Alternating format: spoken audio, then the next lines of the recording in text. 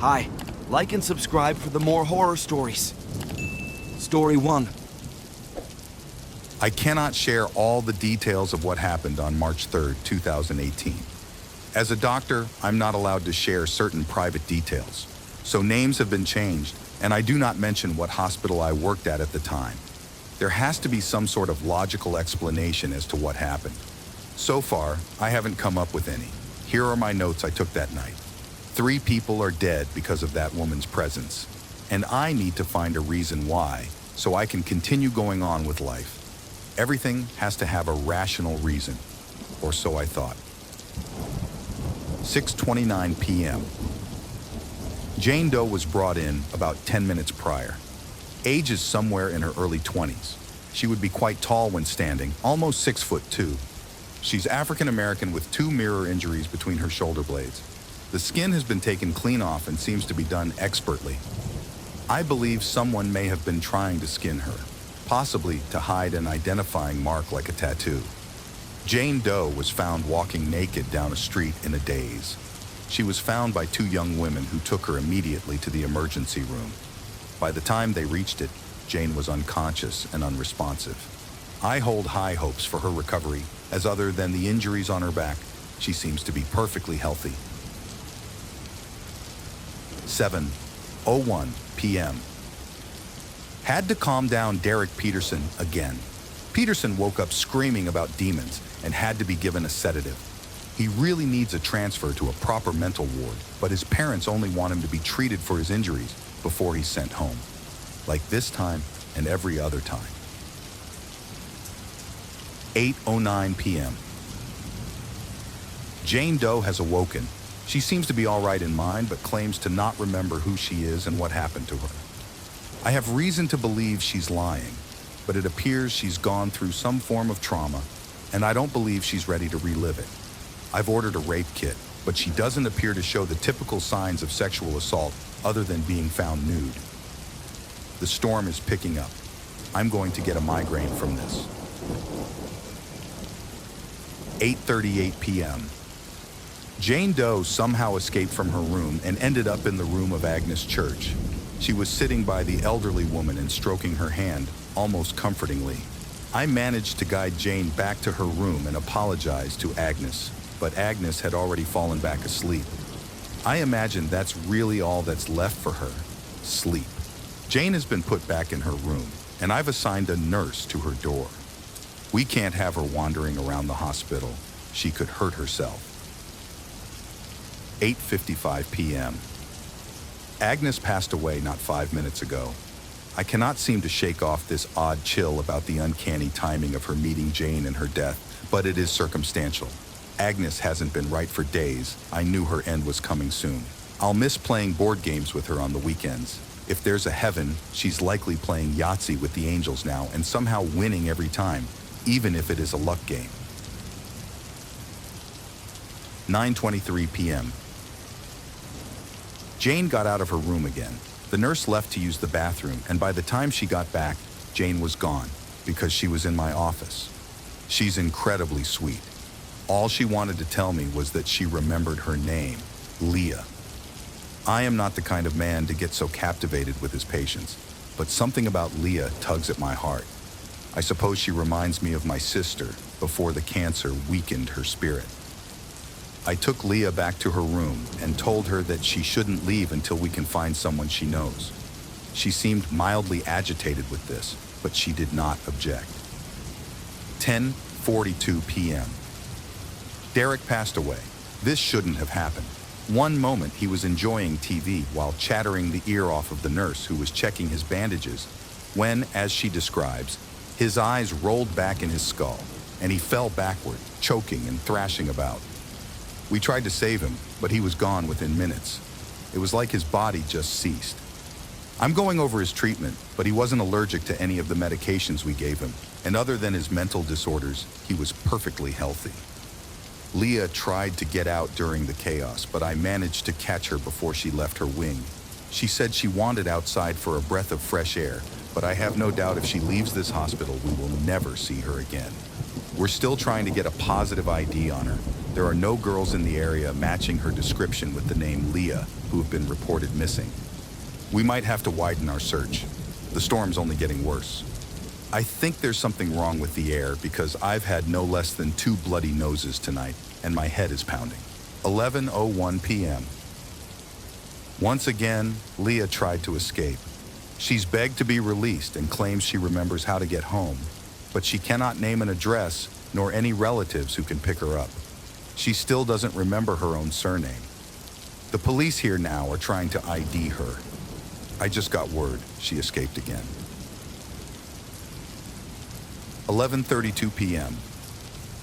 Leah was found attempting to get to the roof. She claims that's the way home.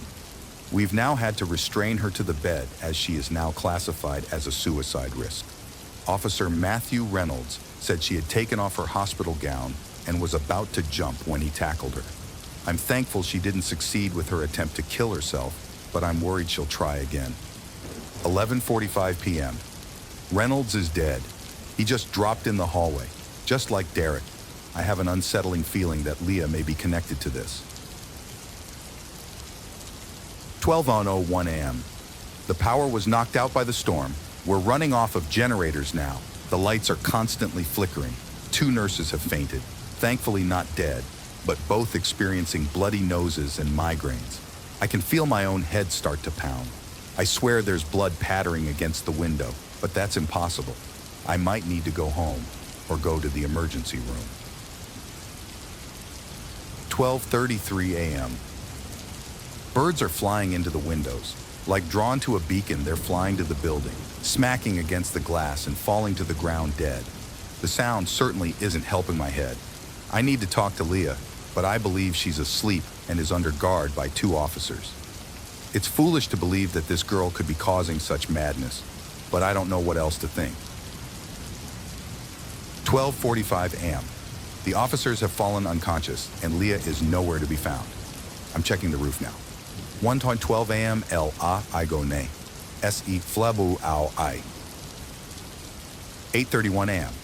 I was found on the roof unconscious shortly after I wrote that nonsense message in my notes. My face was apparently covered in blood, and they thought I might be dead, but I survived the experience, whatever that experience was. I must have hallucinated everything, but I shall take note of it anyway. I found Leah standing on the edge of the roof, once again nude and staring at the sky. She turned to look at me. "Will you stop me?" Her voice was hollow, tired. Lightning flashed, and I swore I saw something on her back, illuminated by the lightning. I tried to talk her down, show her there's a better way, but she shook her head. I have to try. I have to try to get home, doctor. This is the only way to see if I can still fly. She jumped then. I ran to the edge of the roof and peered over the ledge. I saw Leah's body on the ground, but I saw her also stand, brush herself off like she'd suffered a minor fall. She looked up at me, and I became overwhelmed with grief. I wept. I cried as she raised her head to the sky and screamed at the top of her lungs. The sound of loss, the sound of heartbreak. I must have passed out then because that's all I remember. Thankfully, I seem no worse for wear and will likely return to work in a few days. Leah is missing, but there is no sign of her body either. I think she's going to spend the rest of eternity trying to find a way home. Story 2. It gave me such a shock that I dropped my bag to the cobbles. A young aspiring student by the name of Walter Downey and his uncle Lord Baltimore by chance happened to approach me. That I know said apparition was, in fact, true, and not that of my tired eyes. The exuberance of riding isn't unbeknownst to me. My estate in Shropshire has a few mares that Lady Drayton enjoys on summer occasions. So, I was befuddled that this working horse's maleficent eyes were glazed over with a white film similar to that of cataracts. Lord Baltimore engaged my conversation about a new venture and the possibility of financially backing a new bridge to be built in the Tower Hamlets area. It was with sudden regret that Lord Baltimore informed me of his daughter's recent passing, a fair young maiden named Veronica, of only 13 years old. It was with sad repose that Lord Baltimore told me of his prestigious honor to have her remains laid in the foundations of the new bridge. A high honor, indeed. However, the blasted carriage frequently pulled at my attention like a relentless child, that I fear my response was rather uncouth. The horse gave me pause still. It was a rather large hack specimen, raggedy of appearance, its skin patchy in places, and not from wear of straps or tackle, but as if of psoriasis. I did not ponder too much on the horse, for the driver's dread stare held me transfixed. It was a queer feeling indeed, for I swear that I heard the whispers of multiple voices when it was only Lord Baltimore, Mr. Downey, and I who stood there. It was on the precipice of my hearing, just loud enough that I could hear it, but not what was being said. Also, the driver's eyes shone with malice in its purest form, that the icy sensation did not leave me until that blast carriage was gone. However, I feel I must have offended Lord Baltimore, for it was with his lordship inside and Mr. Downey waving from the window when it did leave that bothers me still. Bethlehem Hospital. Notice of admission. The undersigned hereby give you notice that Walter Seamus Downey was admitted into this asylum as a patient at the hour of 3 o'clock in the afternoon on the 18th day of January 1646. And I hereby transmit a copy of the order and statement and medical certificate on which he was received. James Messer Clerk, Bethlehem Hospital.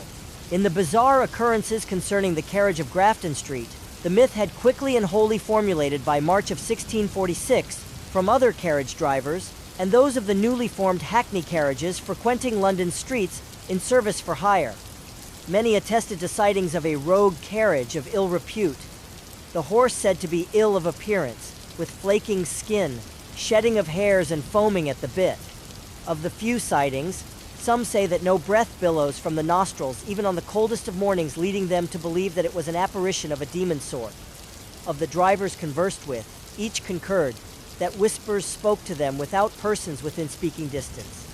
The whispers brought forth dread of the most incomprehensible nature, where one's soul was so completely overpowered that disturbing thoughts seemed as sweet as sugar to a babe.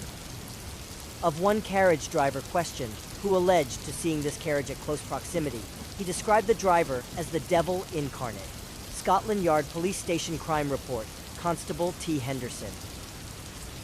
It is with a grim resolve that I issue this statement for fear of bedlam and my badge rescinded.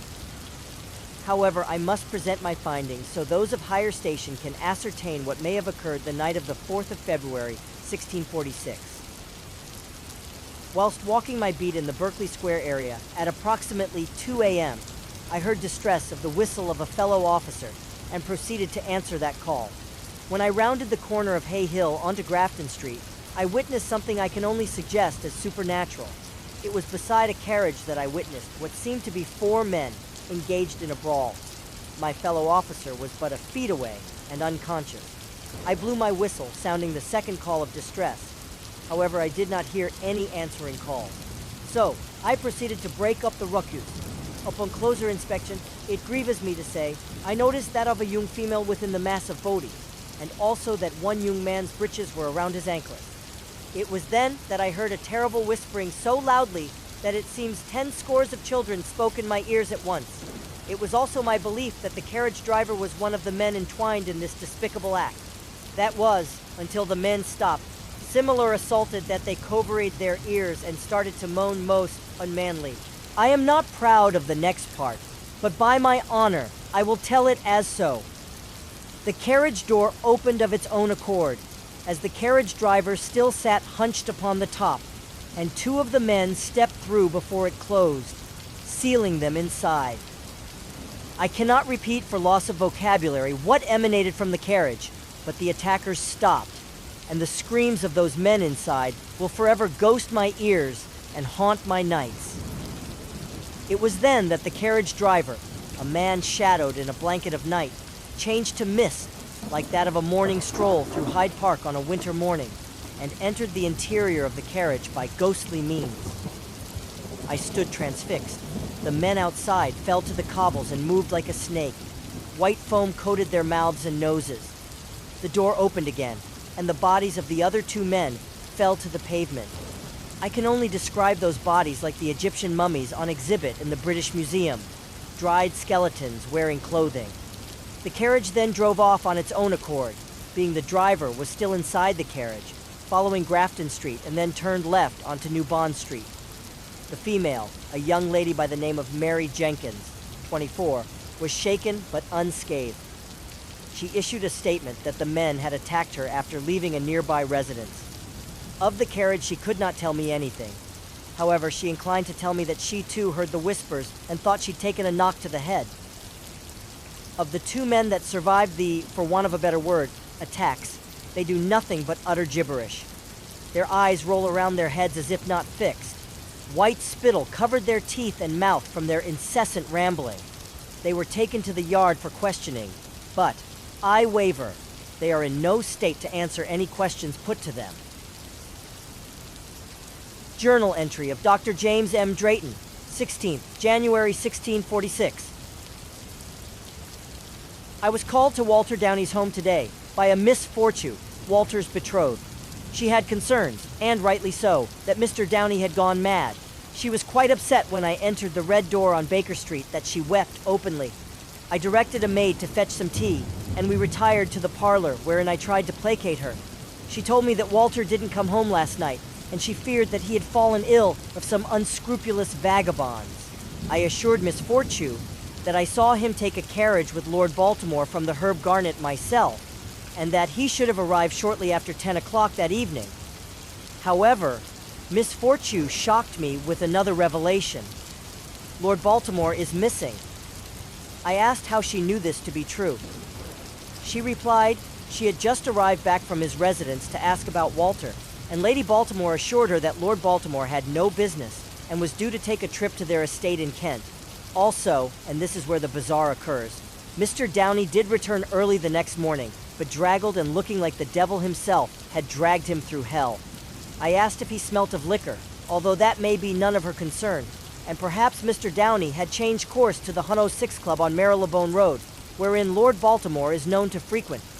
She assured me that he did not. Furthermore, that he kept muttering as if speaking to one that wasn't there. Curious was the exchange that she put Walter to bed with a stiff whiskey. Miss Fortune begged me to examine Walter for any malady assaulting him for fear he had gone bedlam. I have been a doctor for 28 years, with 4 years of study under the leading surgeons of the world and the royal surgeon elite. I have seen many prognoses, ailment, and defects, but I venture that I will not, and have never, witnessed one such as Walter. The young, vibrant man I knew was but a shell for whatever was animating him. He did not respond to my presence in the room, completely and utterly, as if I were a ghost. The oddities that Miss Fortune explained are apparent. Walter's gibbering is on the verge of babbling so rapid that I cannot understand one word.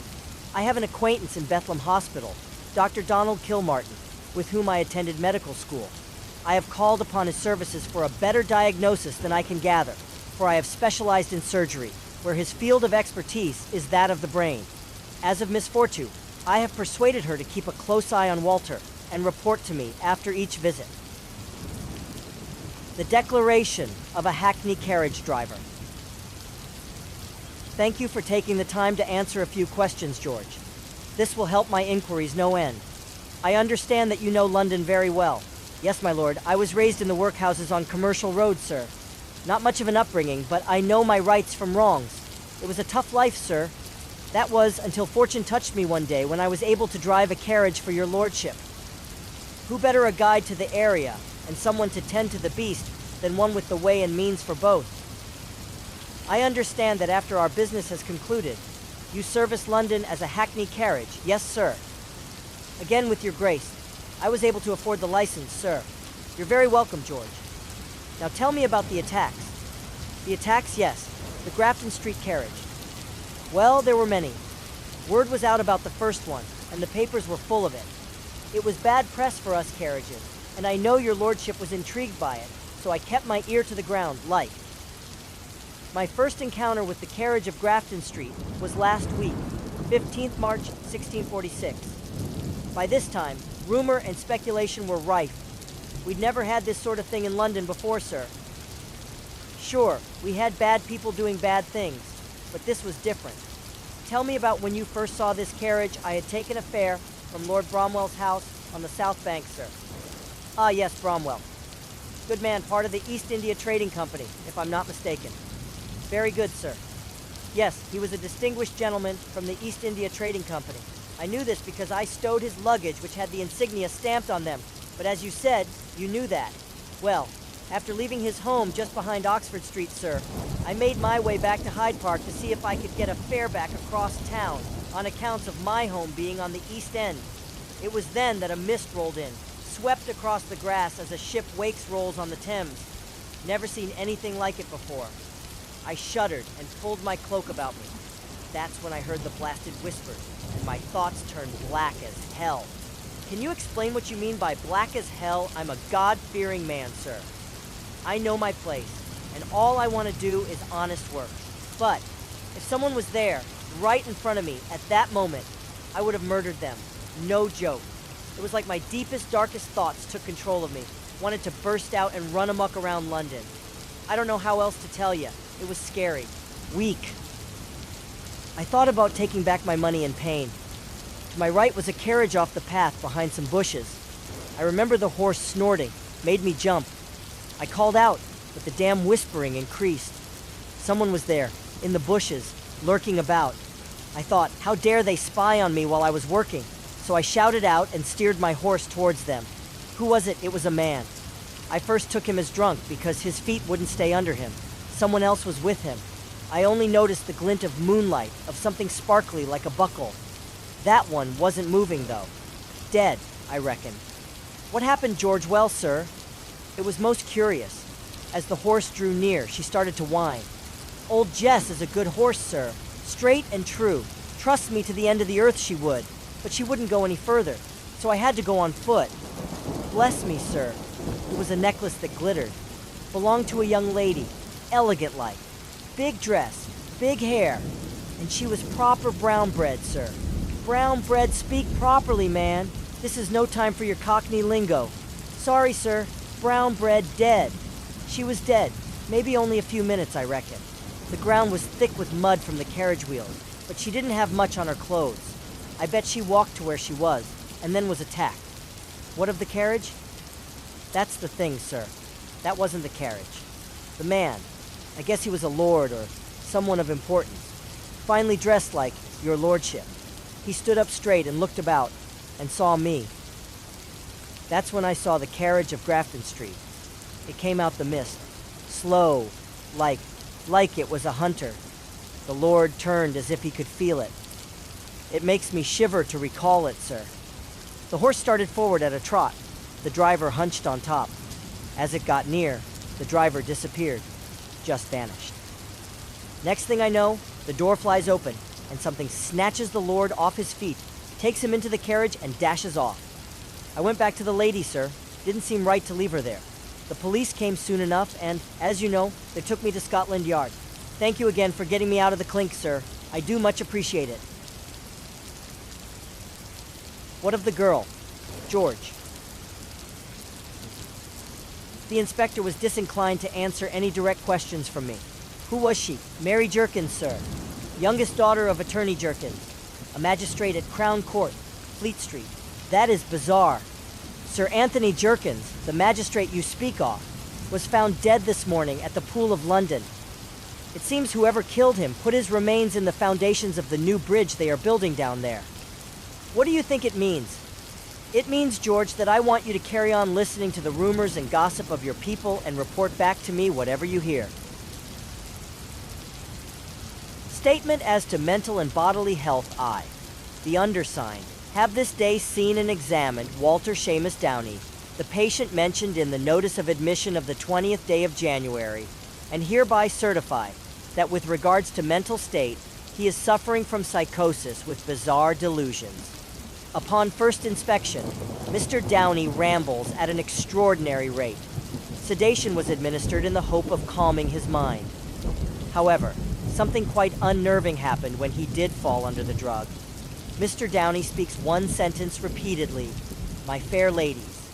I, after repeated attempts, have not forced anything but these words from his lips.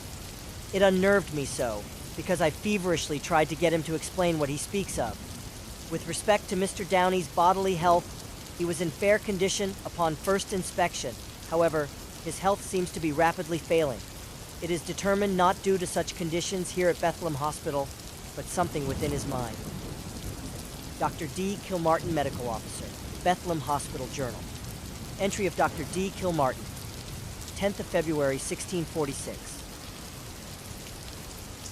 It was a most peculiar day, but fret not. The working at Bethlehem Hospital is far from the ordinary sights a distinguished gentleman should see on a day-to-day basis. I, on the other hand, am proud that I have seen so much of humanity's dysfunctions and can still assimilate into high society. As I have said, my profession is not the norm, and as such, I have and will continue to see perplexing cases. This was apparent today. I fear I might have witnessed something beyond the realm of my understanding of the human mind. 2 men were brought into Bethlehem Hospital this morning with the exact same ailments that young Walter Downey manifested before his demise. Both patients were sedated, and like young Walter, both spoke the same words once the drug had taken effect. My fair ladies, either this is some sort of disease of the mind transferred by saliva or blood. Although Walter has been dead a few weeks and couldn't possibly have had contact with these men, more frightening, it's administered by someone. How is the question I would like answered, but also tickling the back of my mind is whom and for what ends.